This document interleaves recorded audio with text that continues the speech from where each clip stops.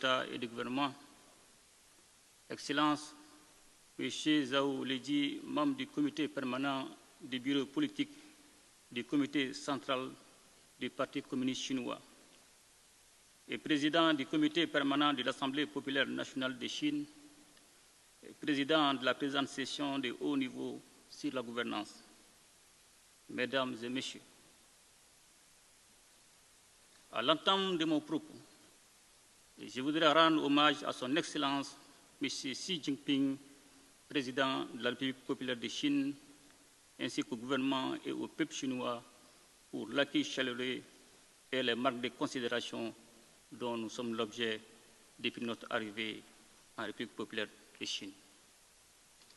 Je tiens également à exprimer toute la gratitude de la délégation malienne pour l'invitation aimable que nous ont adressée leurs excellences, les co-présidents du 9e Forum de coopération sino-africaine FOCAC.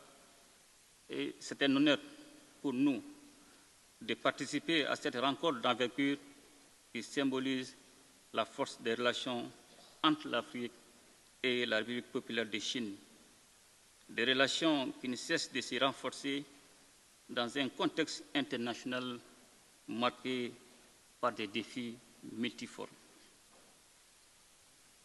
Le Mali réaffirme avec conviction son engagement à approfondir les liens de coopération avec la République populaire de Chine et ces relations entre nos deux nations reposent sur des principes immuables de respect mutuel, d'égalité, de bénéfices réciproques.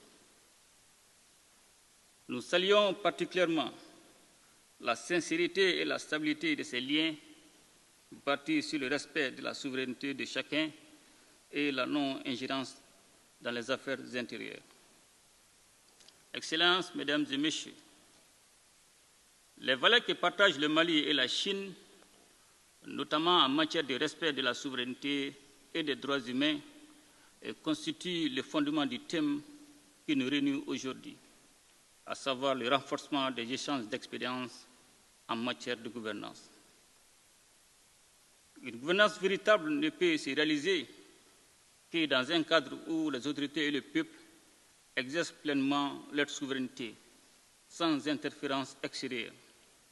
C'est dans cet esprit de responsabilité nationale que la gouvernance au Mali est guidée par trois principes désormais inscrits dans notre Constitution, à savoir le respect de la souveraineté de l'État, le respect des choix souverains du peuple, la défense des intérêts du peuple.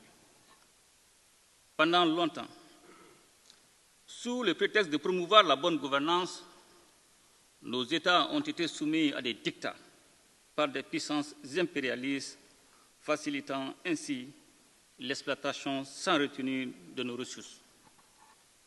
Ces pratiques ont alimenté des inégalités et freiné notre développement tout en renforçant des intérêts extérieurs au détriment de nos peuples.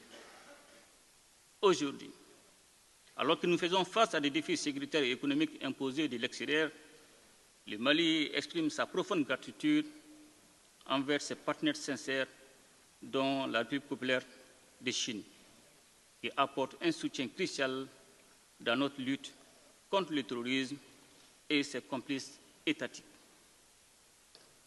Les récents événements survenus à Tinzawatène dans le nord du Mali illustrent malheureusement comment le terrorisme international est cyniquement entretenu, voire encouragé par des forces néocoloniales qui cherchent à perpétuer leur domination sous de nouvelles formes. La Confédération des États du Sahel, AES, instituée le 6 juillet 2024 à Niamey, en République du Niger, constitue une réponse audacieuse et coordonnée du Burkina Faso, du Mali et du Niger face aux défis sécuritaires et aux exigences de développement qui pèsent sur notre région. Cette alliance stratégique que j'ai l'honneur de présider pour son premier mandat s'inscrit dans une vision panafricaine et résolue à défendre et à promouvoir les intérêts communs de nos nations. Elle témoigne de notre détermination collective à construire une architecture sécuritaire à la hauteur des menaces dans l'espace de l'AES, condition fondamentale du développement et de l'épanouissement de nos peuples. Excellences, Mesdames et Messieurs, abordant à présent le second élément du thème de notre conférence de haut niveau, je suis heureux de partager avec vous l'expérience et les bonnes pratiques observées par le Mali dans le cadre des voies de la modernisation. Et cette modernisation est la conséquence naturelle et positive des réformes lorsque celles-ci sont réalisées en tenant compte, comme c'est le cas au Mali, du respect de la souveraineté, des besoins vitaux et des intérêts des populations que nous servons. C'est ainsi que des mesures importantes ont été prises dans divers domaines de la vie publique, notamment la gouvernance politique et électorale, avec la révision de la loi électorale pour adapter les mécanismes de vote aux réalités et nécessités de l'ère. La réforme de la gouvernance vise également à améliorer la gouvernance économique, qui est passée par la relecture des textes relatifs aux industries extractives en vue d'une meilleure gestion de nos ressources naturelles pour le développement de nos pays et le bien-être. Je dirais même le bien-être de nos populations.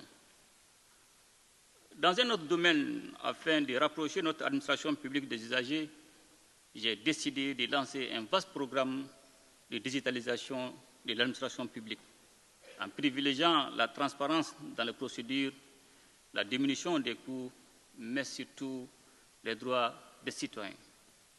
Excellences, Mesdames et Messieurs, le Mali est fermement convaincu que dans les fondements d'une gouvernance authentique repose sur une indépendance véritable, une souveraineté totale et une pleine appropriation nationale des leviers stratégiques de la vie de la nation. Et c'est avec cette vision que les réformes courageuses et profondes ont été entreprises, répondant ainsi aux aspirations légitimes exprimées par le peuple lors des assises nationales de la refondation et du dialogue intermalien. L'adoption de notre nouvelle constitution lors du référendum historique du 18 juin 2023, largement soutenu par la population, symbolise l'engagement du Mali à bâtir un État moderne, résilient et à l'écoute de son peuple. Ces réformes décisives qui marquent notre volonté profonde de refonder l'État ont été réalisées grâce à la mobilisation collective des Maliennes et des Maliens aux côtés des autorités de la transition. Cette dynamique dénote une approche inclusive et durable sur fond d'un large consensus national dans le processus de refondation. Les dites réformes, faut-il le rappeler, reposent sur la réaffirmation de la souveraineté du Mali, soutenue par l'engagement inébranlable de nos forces de défense et de sécurité qui assure un contrôle total et efficace du territoire national. Cette sécurisation, essentielle pour la stabilité et le développement, permet de créer un environnement propice à la reconstruction et à l'épanouissement de notre nation. Le Mali se dote ainsi des outils nécessaires pour relever les défis actuels et bâtir un avenir prospère pour tous ses citoyens. Excellences, Mesdames et Messieurs, je voudrais, pour conclure, renouveler la profonde gratitude du peuple et du gouvernement malien envers la République populaire de Chine pour son appui indéfectible, en particulier dans le domaine de la stabilité, de la paix, de la sécurité et du développement. Le Mali reste résolument déterminé à approfondir et à fortifier ses relations avec la Chine ainsi qu'avec tous les partenaires qui partagent les mêmes valeurs de respect de souveraineté et de coopération réciproquement bénéfique. Vive la coopération sino-africaine, vive l'amitié entre nos peuples. Je vous remercie. Very much, President Mbeka, for your small and pleasure to Excellency President Joseph Makai of the Republic of This forum also institution Our former